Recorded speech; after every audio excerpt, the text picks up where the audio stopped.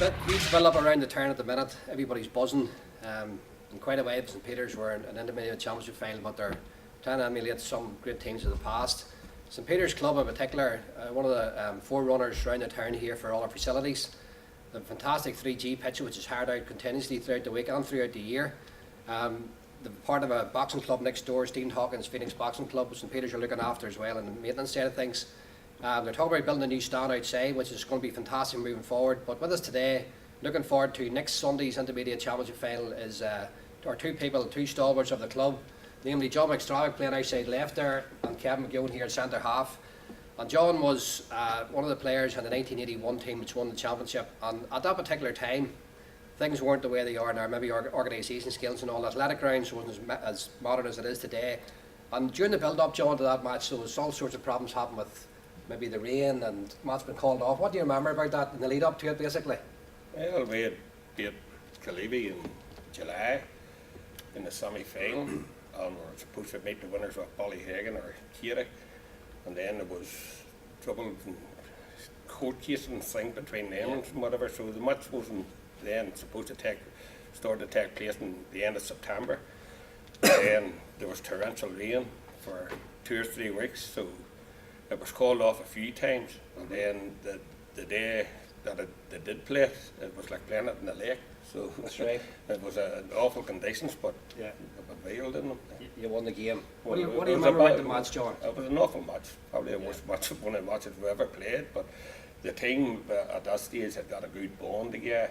We'd only suffered one defeat in the league at that stage, and we had been on a run. We're 15, 16 unbeaten games, so there was a good bond there. It was a good young team. No matter what the conditions, no matter what type of game was put to them, they always responded. Athletic grounds conditions were pretty poor, if I can remember. Oh, it was terrible, so it was an awful condition, but we were playing a good theory team. And they were a good young team too. It didn't suit them either. Thierry actually went on and won the senior championship 3 years later. You know, so they had a good young team too. So the final was so more or less spoiled. If it had been played in August when it was supposed to be, it would have been a better spectacle. Yes. You know, hopefully we would have got the same result like that. What do you remember about the personnel, John, who was playing with you that time? Who was the captain on that day? Big Ben. Well, Big Ben would have been one of the stars at county. You know, at that time he was playing in the county team that the following year won the Ulster. And that was the first time they'd won the Ulster from the 77 team. So it was a good one with Dermy McGowan, and then we had a lot of young fellas, the like of Paul Lavery and David McCampbell and David Toman and things. We were all in the team. They were just coming into the late teens, early 20s. And then you had an all good mixture, the like of Brian thing, who were just at their peak at 25, 26. So there was a good makeup, it was a good mixture. And we had a good manager set up by Mickey Wilson. Yeah, I was going to ask that, Well, Mickey was bringing a wee bit of professionalism into it. We were the first time in a long time we had organised training. As I say, everybody was pulling together. And you've got a good team spirit. So it was a pleasure to be in the team, you know. Okay. Kevin, there's a lot of buzz around the town at the minute, looking forward to this intermediate championship final. What's your memories of when you won your medal? Well, it was way back in it all started off in '66 where we were struggling for a team. We couldn't get a team to get nowhere or whatever. And then the likes of Austin Hadley and Gerald Muir names all got the boys together, and we got a team going together for '67. And we got a good blend of youth and middle-aged people coming in till it, and we went through '67 undefeated, and we won the 3rd division and the junior championship. And just things started to blossom on, and we're going well. And you must remember then we had no pitch at the time, so all our matches were basically away. So you were using Clonard 1 week and then David Park the following week. So we really hadn't got a pitch, and we couldn't just had basically all our matches were away. And then in '68, Austin got a couple of boys going. We got I knew Anne's cousin, Kevin Doyle, was married to Rosemary Boyle of Thrantham Road, and Clan Irmer after him, but because he was Anne's cousin and one thing and another, we got talking to him. Yeah. And we are reaping the benefit now by winning the court case and different things, Yes, of and course. having that great pitch out there and the facilities around here. So, you know, up there all started back from the hole in the wall. I think it was in Groton Street. That's where our first meeting in clubs was, up in the hole in the wall in Groton Street, top of Groton Street. It was just behind St Peter's School.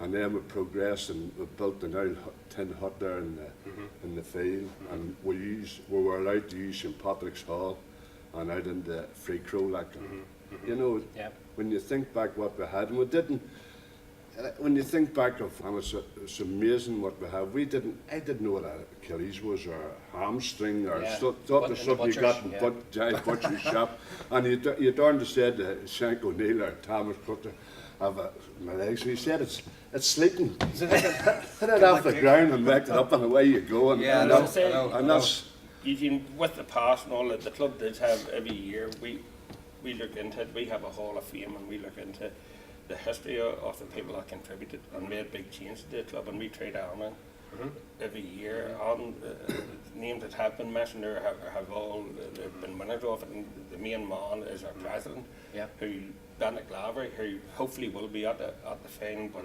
everybody's thoughts will be for Bannock, wishing him well and hoping Yeah. that he is there, because he was a fantastic driving force behind this club, and he has passed it on through the family, through his two nephews in Morton and Paul. And I say two of the names there that was mentioned, Morton Lavey and Jimmy McGee, they came in at the partnership as Morton as chair and Jimmy as just being Jimmy. I don't even know if Jimmy has a title. But he's a driving force behind everything. Yeah. He's a driving force behind this club, and well supported, and he gives great support to Morton too. Just finally, the two of you, we don't want to put pressure on the players or the team as a matter for Ronan and the boys who are there. Fantastic. If you can win the double, it would be fantastic. They've achieved a lot so far, John and Kevin, already this year. Without putting pressure on them, there's been a lot of youth coaches brought all them boys through as well. I mean, what would it mean to you as an ex-chairman, first of all, John, to get the double? I know the league's already been there, but how would you feel if they brought both cups back here next Sunday? Well, I mind having to coach a lot of them boys that are under 10, and they like about going and all who's playing with the club now. And I have to say that even in the 68 team and the 81 team that we're talking about, I would say without fear of contradiction that none of them teams had the same commitment of what this team has. This team is standing head and shoulders above our team's a commitment level, their fitness level, and everything's fantastic. And win, lose or draw on Sunday week, they're a credit to the club and the way they have performed and conducted themselves. Until a man, you know, to have over 40 people seeing them stripped out for your senior team gives you a great pride within your club. Another like a Josie, and them is we went through many lean years when you had to go around and knock people's door to make up the 15. The club has come a long way from it, and these lads here are a credit to it. Hopefully they're looking back in 30 and 40 years' time with the same pride that we're looking back on names. Brilliant. Kevin, throughout the season, just the one wee thing I want to talk about without talking about actual technical stuff as far as the club's concerned.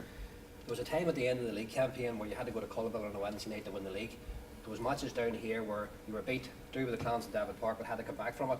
What sort of commitment and determination did it show when you went to Cullerbell, won the league on a Wednesday night? Did that say a lot? That turned, to me, that turned the league, turned our season. The belief that they were going up to Cullerbell and beat Cullerbell in their own pitch. We wouldn't have been in the final of the championship if we hadn't beat it. I firmly believe it. But that commitment that that commitment that them lads showed going out against Cullerbell, they were behind, but they fought, and we finished the strongest team, and we come out and won the league that night. And it just turned our season, even though it won the league, but it's turned the championship right round. And I firmly believe that there was the catalyst result that has brought us to the final this year. Excellent. Where I think if Cullival had beat us and would have lost the league after being so close, it might have dropped it. It might have just changed things, but it changed it for the good by going up, and it was a tremendous Showed result. the character of going the up. team, basically. Yeah, and it definitely did, and it showed last week too. The character of the team that is, I they're think never what- beat. I think what the thing is that they're not relying on any one or two people Yeah. this year, what they had done in previous years. A lot of different important matches this year, different people have stood up to the mark and helped the team through, and that's what it is. When things aren't going right for one particular player, you need somebody else to stand up, and the Peters haven't been shorter than there this year. Okay. Yeah, and the thing, to me, and I think everybody in here, the only thing I'll beat the Peters is themselves. And I don't think we'll be beat, because with the attitude and the backing of the club and the fellas that the supporters haven't let them down, they'll come. Brilliant. John, as a former chairman, what would you say to the fans here, the local supporters? Would you encourage them to go up and give their all? Well, we support, we welcome any support, and people who may be afraid to stay away because they haven't been at a Peters match for 20 and 30 years, I'd ask them to come up, support the club, support the community, support we're the only representative left in North Armagh in anything. Come together. I know we've got an awful support from all clubs within the area. I know there's certain rivalry within Gaelic, but when it comes to this here, we'll all back our local team. And I'd ask anybody, don't be afraid if you haven't been to a match. You're more than welcome, and the Peters will welcome you every bit as much as they'll welcome somebody there at every match. Brilliant. Well, you're going to wrap us up this part of the interview. The bar's open there, so if we don't get it organised, the staff will be here all night, John. We're going to talk about football from there to midnight, and Kevin. Right. It's been delighted to speak to you on a personal level, as far as we're concerned. Good luck next Sunday week in the Championship final, and bring the cup back to Dublin. I know it's going to be difficult, but no better team to do it. And thanks very much indeed. Thank you. Thank you. Thank you. On the lights.